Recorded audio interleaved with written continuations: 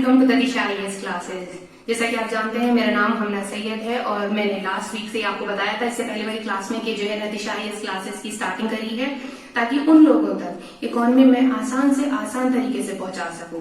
ठीक है, तो अब मैं आपको बताऊं कि हम लोगों ने कहां तक पढ़ लिया था।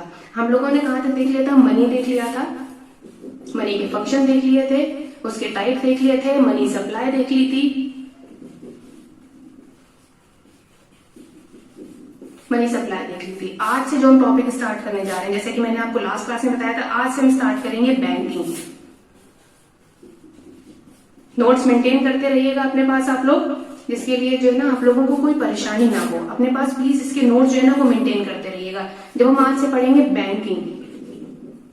ठीक है, तो बैंकिंग में देखिए ये चार्ट है, ये कुछ डेफिनेशंस मैं आपको बताऊंगी इसकी। ठीक है, इसकी कुछ डेफिनेशंस आप लोग ये अपने पास इसको स्क्रीनशॉट ले लीजिएगा या इसको जो है ना अपने पास लिख लीजिएगा। इसको लिखना जरूरी है क्योंकि आप लाइन वाइज डेफिनेशंस लिखते चले जाएंगे। ठीक है, तो सबसे पहले देखिए, सबसे पहले क्या है? Primary deposit. एक होता है बैंक में प्राइमरी डिपॉजिट, नाम से ही समझ में आ रहा होगा, प्राइमरी डिपॉजिट।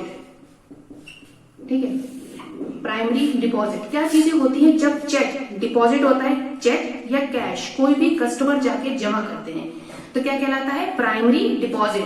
ठीक है, जब किसी ने in the form of cheque और कैश बैंक में जाके सबसे पहले जमा करा किसी कस्टमर ने, तो क्या कहलाता है? प्राइमरी डिपॉजिट कहलाता है। ठीक है, इसको हम एक और नाम से जानते हैं, इसको हम कैश डिपॉजिट भी कह सकते हैं। ठीक है, इसको हम क्या कहते हैं? कैश डिपॉजिट भी कहते हैं। ठीक है, जो प्राइमरी डिपॉजिट है उसको हम कैश डिपॉजिट भी कहते हैं। ठीक है, चलिए अब मैं आपको एग्जांपल समझाती हूँ प्राइमरी डिपॉजिट या बैंक कैसे काम करते हैं। ठीक है, फॉर एग्जांपल कि 3 आदमी है, एग्जांपल के लिए लेते हैं, ए है, बी है, सी है। ठीक है, इन सबके पास कुछ कुछ अमाउंट होगा। ए के पास मान लिया 100 रुपए है, बी के पास मान लिया 200 रुपए है, सी के पास भाई थोड़ा अमीर आदमी है तो इसके पास जो है 500 रुपए। ठीक है, ये सब जाएंगे बैंक। ठीक है, अब बैंक कौन सा? मेरे घर के पास जो है पीएनबी नहीं, लेकिन पीएनबी नहीं जाते हैं, पीएनबी में घोटाले बहुत होते हैं, ऐसे करते हैं एक सेम बैंक लेते हैं, एसबीआई। ठीक है, तो ये लोग चले गए बैंक। अब इन्होंने जाके ये बैंक में जमा करे अपने पैसे। ठीक है, अब इन्होंने क्या करे? बैंक में जमा करे। तो बैंक के पास कितने रुपए आए? हमने देखा कि बैंक के पास आए 800 रुपए। ठीक है, 100, 200, 500 कितने आए टोटल? बैंक के पास आए 800 रुपए। ठीक है, ये बैंक के पास आए 800 रुपए। तो अब क्या होता है? देखिए यहां से समझिएगा, कहानी अगर समझ में आ गई ना तो पूरा बैंक समझ में आ जाता है। ये जो बैंक है ना, ये क्या करता है? ये मान के चलता है, ऐसा सोच के चलता है कि ये जो 800 रुपए हैं, ये बैंक के पास जो 800 रुपए आए हैं, ये क्या करता है? इसमें से ये सोचता है कि ये 800 रुपए तो मेरे पास आ गए। ठीक है, जमा हो गए। ये प्राइमरी डिपॉजिट है जो जमा हुए हैं, बैंक के पास जो प्राइमरी आया, सबसे पहले जो आया 800 रुपए आ गए। अब बैंक क्या करता है? बैंक मान के चलता है कि अगर मेरे पास एक दिन में 800 रुपए आ रहे हैं, जमा करने वाले 800 रुपए हैं और बैंक से लोग पैसा कितना ले जाते हैं वो मान के चलता है। फॉर एग्जाम्पल 50 नहीं, चलिए 80 रुपए ले लेते हैं। जमा हो रहे हैं 800 रुपए, ले जाने वाले कितने हैं? 80। तो ये क्या करता है? बैंक इसको रिजर्व कर देता है अपने पास। क्या करता है कि अगर 800 रुपए जमा करें, कोई मांगने आएगा तो हम इस 80 रुपए में से दे देंगे।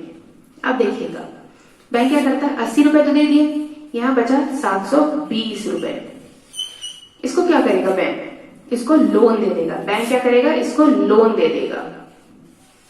ठीक है, कोई भी लोन मांगने वाला गया तो बैंक क्या करेगा? इसको लोन दे देगा। 800 रुपए इसके पास जमा हुए थे। ठीक है, इसके पास ये रुपए जमा हुए। ठीक है, उसके बाद इसने 80 रुपए तो हटा के रख दिए। क्या करा? अगर कोई मांगने वाला आएगा, रिजर्व रख दिया अपने पास। ठीक है, तो इसमें से दे दिया जाएगा। बाकी 720 रुपए का क्या करा? इसने लोन जनरेट कर दिया। ठीक है ना, क्या करा? लोन जनरेट कर दिया। अब देखिएगा यहाँ समझने वाली चीज, अगर ये खेल आपके समझ में आ गया ना तो बैंकिंग समझ में आएगी बहुत आसानी से। अब देखिए फॉर एग्जाम्पल इन लोगों ने जमा करा था, अब ये कोई एक डी व्यक्ति है। ठीक है, अब ये गया, अब इसने बोला बैंक से इसको चाहिए था लोन। ठीक है, अब इसको क्या चाहिए था? बैंक से लोन। तो ये क्या करेगा? ये वाला जो बैंक है ना, ये जो क्या करेगा? ये जो लोन है ना 720 रुपए का, ये इसको लोन दे देगा। जो इसके पास बचा ना 720 रुपए का, वो इसे ये लोन दे देगा। ठीक है, तो हमारे क्या समझ में आया? ये जो पैसा यहाँ सबसे पहले जनरेट हुआ था वो क्या था? हमारा प्राइमरी डिपॉजिट। क्या था? प्राइमरी डिपॉजिट, जिससे हमने लोन दे दिया, प्राइमरी डिपॉजिट था। प्राइमरी डिपॉजिट जो चेक या कैश की फॉर्म में आगे जमा हुआ, जिससे बैंक ने क्या करा, एक तो रिजर्व कर लिया अपने पास अमाउंट, दूसरा क्या करा, लोन दे दिया। ठीक है, तो वो जो लोन दे दिया, अब क्या करा, इसे लोन दे दिया। अब ये देखिएगा, लोन क्या ये डी के हाथ में दिया, पूरा कैश पे दिया? नहीं, यही तो पूरा खेल है। क्या करा इसने, क्या करा, इसको ये जो 720 रुपए थे ये माना गया, ये क्या कहलाया, सेकेंडरी डिपॉजिट, ये दोबारा जमा हो गया।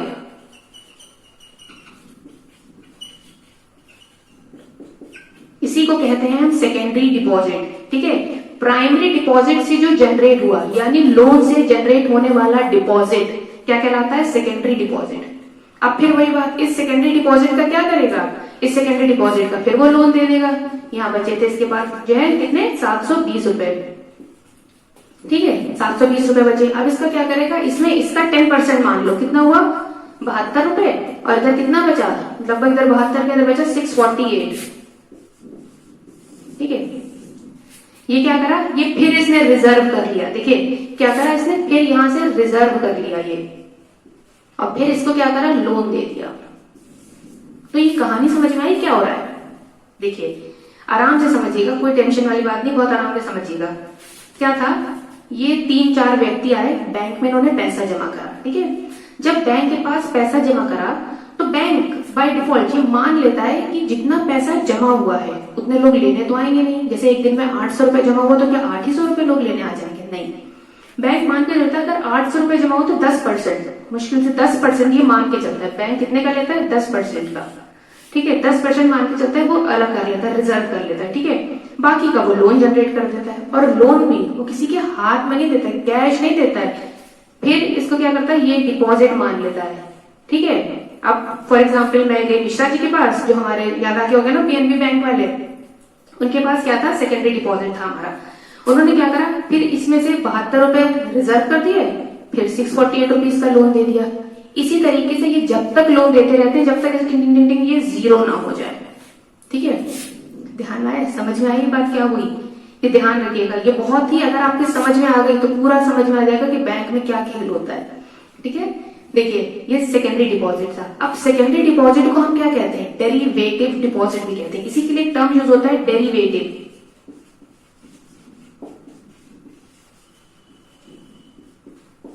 इसी के लिए टर्म होता है डेरिवेटिव डिपॉजिट। वो सेकेंडरी ही डिपॉजिट है जिसे डेरिवेटिव डिपॉजिट भी हम कहते हैं। क्या मतलब हुआ, जो लोन से ड्राइव हुआ deposit, that is known as derivative deposit. ठीक है, जो लोन से ड्राइव हुआ that is called derivative deposit. ठीक है, अब देखिए यहां पर जो प्राइमरी था तो वो देखिए एक्टिव नहीं था, है ना, लेकिन वो जैसे ही सेकेंडरी में आता है वो एक्टिव हो जाता है। ठीक है, ध्यान रखिएगा, सेकेंडरी डिपॉजिट को एक और नाम से जाना जाता है, इसे कहते हैं एक्टिव डिपॉजिट।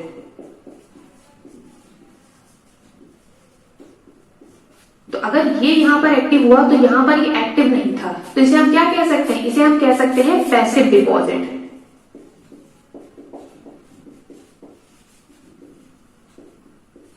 ठीक है, एक हो गया डेरिवेटिव या एक्टिव डिपॉजिट। ठीक है, दूसरा क्या हुआ, पैसिव डिपॉजिट या प्राइमरी डिपॉजिट। समझ में आया आप लोगों के, प्राइमरी डिपॉजिट क्या था, जैसे जब सबसे पहले जो बैंक के पास पैसा जमा होता है, ये 800 रुपए, ये क्या है, प्राइमरी डिपॉजिट। अभी तक इनसे लोन जनरेट नहीं हुआ है, एक्टिव नहीं हुए ये, अभी ये पैसे ही है।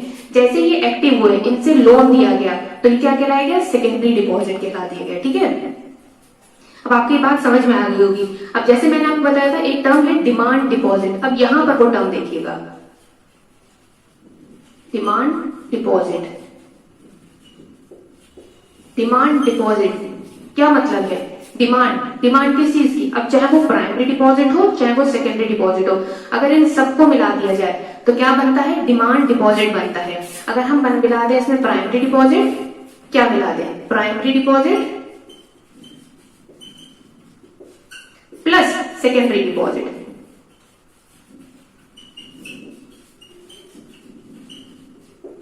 ठीक है, तो ये बन जाता है। ठीक है, क्या बना इसमें, डिमांड डिपॉजिट में क्या था, प्राइमरी और सेकेंडरी डिपॉजिट हमने दोनों मिला दिए, तो हमारा बना डिमांड डिपॉजिट। ठीक है, जिसकी हम डिमांड करते हैं, जब हमें जरूरत होगी तो यहां से हमें पैसा मिल जाएगा। ठीक है, समझ में आ गई ये सारी चीजें क्या थी, प्राइमरी डिपॉजिट क्या था, सेकेंडरी डिपॉजिट क्या था, इसमें कभी भी कंफ्यूजन नहीं होना चाहिए। ठीक है, अब ये ध्यान रखिएगा, ये बैंक जो लोन है ना, ये पैसा कभी आपके हाथ में नहीं देता है, ये बैंक टू बैंक जनरेट होता रहता है। किसी ने चेक दिया, अब मुझे किसी लोन की जरूरत थी तो मैंने लोन लिया और दूसरे को चेक दे दिया, मैंने बैंक से नहीं निकाला, बैंक टू बैंक ही होती रही है सारी चीज। तो इसी तरीके से जनरेट होती रहती है। तो ये क्या बन जाते हैं, एक होता है रिजर्व, दूसरा बनता है लोन। ठीक है, प्राइमरी समझ में आ गया। सेकेंडरी ये डेरिवेटिव डिपॉजिट कहते हैं, जो ड्राइव हुआ डिपॉजिट लोन से, उसे कहलाता है डेरिवेटिव डिपॉजिट। तो देखिए हम क्या देख रहे थे यहाँ पर, अभी तक हमने देखा बैंकिंग सारा पूरा। अब हम पढ़ेंगे एक टर्म है CRR। ठीक है, CAA मत समझिएगा, सिटीजनशिप अमेंडमेंट एक्ट, तो मत समझिएगा, ये CRR है। क्या कहलाता है, cash reserve ratio. Cash reserve ratio CRR क्या कहलाता है, नगद आरक्षी अनुपात। नगद आरक्षी अनुपात। बचपन से सुनते आ रहे हैं CRR बढ़ गया, CRR घट गया, NCERTs में पढ़ा है, लेकिन ये CRR होता क्या है, बहुत आसान शब्दों में सुनिएगा, एग्जाम्पल देके समझा रही हूँ। ठीक है, CRR कैश रिजर्व रेशियो। देखिए फॉर एग्जाम्पल ये एक आदमी है, फॉर एग्जाम्पल A है। ठीक है, ये A है, इसने क्या करा, इसके पास थे 1000 रुपए, एग्जाम्पल ले रही हूं सिर्फ, इसके पास क्या थे, 1000 रुपए थे। इसने 1000 रुपए जाके बैंक में जमा कर दिए। ठीक है, ये है बैंक, इसने बैंक में जाके जमा कर दिए 1000 रुपए। कहाँ जमा करे, जाके बैंक में। ठीक है, तो वही बात जो अभी पुरानी बताई थी, बैंक क्या करेगा, बैंक RBI के पास रिजर्व करेगा कुछ परसेंट, पहले क्या करेगा, लोन दे देगा। फॉर एग्जाम्पल 960 लोन दे देगा और 40 रुपए जो है CRR में आ जाएंगे, यानी कैश रिजर्व रेशियो। क्यों, क्योंकि ये चल रहा है 4% CRR right now. CRR fix कौन करता है, CRR फिक्स करता है RBI। ठीक है, अभी कोरोना के टाइम पर इसने CRR 3% कर दिया था, फिर उसके बाद धीरे धीरे करके बढ़ाया, एकदम नहीं बढ़ाया था, फिर 3.5 करा, फिर 4, अभी राइट नाउ शेयर जो है चेक करिए एक बार, 4 चल रहा है। ठीक है ना, CRR 4% चल रहा है। तो जैसे मैंने आपको भी बताया था, बैंक ने क्या करा था, जो 800 रुपए लोन दिए थे, ठीक है, 800 रुपए बैंक के पास प्राइमरी डिपॉजिट आया था, उसमें 80 रुपए जो उसने रिजर्व करे थे। ये जो बैंक के पास 800 रुपए आया था, इसने 80 रुपए रिजर्व करे थे, 720 का लोन दे दिया था। तो ये जो 80 रुपए थे, ये क्यों रिजर्व कर रही थी बैंक, किसके पास रिजर्व करना था, ये RBI के पास। ठीक है, अब क्यों रिजर्व करा जाता है RBI के पास, देखिए क्यों रिजर्व करते हैं हम RBI के पास, या बैंक्स जो रिजर्व करते हैं RBI के पास, इसलिए रिजर्व करते हैं कि अगर कल को कोई संकट आ जाए, कोई बैंक डूब जाए या किसी कुछ भी हो जाए, तो ये जो पैसा रखा है ना लोगों का, हम जैसे लोगों का, तो ये बैंक जाके RBI से ले आएंगे और जो हमारा पैसा है जितना उसको डिस्ट्रीब्यूट हो जाएगा। ठीक है, तो क्या हुआ, या फॉर एग्जाम्पल क्या 1000 रुपए थे, 1000 रुपए में से क्या हुआ, 960 बैंक ने क्या करा, लोन दे दिए, और ये जो था 4%, 1000 का 4% यानी 40 रुपए लोन दे दिया। और आसान समझाती हूँ, 1000 है 40 रुपए, 100 होते तो 40, 1000 है तो जो है कितने गए, इसके पास 400 रुपए गए। ठीक है, उसके बाद 100 रुपए होते तो 40 जाते, 10 होते तो 4 रुपए जाते। ऐसे ही 4% बैंक को रिजर्व करना पड़ता है RBI के पास। ठीक है, अब किस चीज का ये रिजर्व कर रही है, ठीक है, जो डिमांड डिपॉजिट का, ये जो 4% है ना, ये डिमांड डिपॉजिट का है। जो डिमांड डिपॉजिट का 4%, डिमांड डिपॉजिट में क्या दो चीजें बताई थी, जो प्राइमरी और सेकेंडरी डिपॉजिट थे ना, दोनों मिलाकर वो आते हैं डिमांड डिपॉजिट। और वही जो ये सारी चीजें थी ना, 720 फिर 648, ये सब मिलाकर इसमें आते हैं डिमांड डिपॉजिट के अंदर। तो उसी का जो है ना 4% बैंक को RBI के पास रखना पड़ता है। क्यों रखना पड़ता है, ताकि कल को अगर बैंक के पास कोई आ जाए और बैंक के पास ना हो पैसे, तो वो RBI से जाएगा, उसके पास उसने डिपॉजिट रख रखा था वो उससे लेके दे देगा। ठीक है, इसको कहते हैं कैश रिजर्व रेशियो। नाम से समझिए, चीजों को बहुत आसान करके पढ़िए। कैश है, रिजर्व, कुछ रेशियो रिजर्व कर दिया इन द फॉर्म ऑफ कैश। ठीक है, बैंक ने क्या करा, कुछ रेशियो जो उसके पास आया था अमाउंट, उसका कुछ रेशियो रिजर्व कर दिया इन द फॉर्म ऑफ कैश, इसके पास RBI के पास। किसके पास जमा करा CRR, RBI के पास in the form of cash. ठीक है, ये ध्यान रखिएगा। ये जो है लगभग कितना रहता है, 4% रहता है, 4% से ज्यादा नहीं बढ़ता, अभी तक तो नहीं है, 4% ज्यादा नहीं बढ़ता है। ये फिक्स्ड है, आरबीआई के द्वारा ही फिक्स करा जाता है। फिक्स कौन करेगा, आरबीआई। अगर आपसे कभी भी पूछा जाए cash reserve ratio fix by RBI, हमेशा आरबीआई ही फिक्स करती है, ठीक है। ये लोन दे देगी और ये जो है फिक्स हो जाएगी, रिजर्व हो जाएगा, तो वो कहलाता है CRR, ठीक है। अब एग्जाम्पल देखिए, यहाँ पे 1000 रुपए थे, अब ये बचा 960 रुपीज बचे, ठीक है। 960 में से भी फिर कुछ लोन दिया, फॉर एग्जाम्पल 922 का लोन दे दिया, कितने रुपए बचे हमारे पास, लगभग इधर 38 रुपए, ठीक है। ये फिर हमने CRR रखा, ये आरबीआई के पास रखा। इसी तरीके से फिर हमारे पास क्या बचा, यहाँ बचे 922 रुपीज बचे। 922 में अगर हम देखें तो हमने कितना रखा, इसमें से अगर हम मान लें 922 885 मान लीजिए।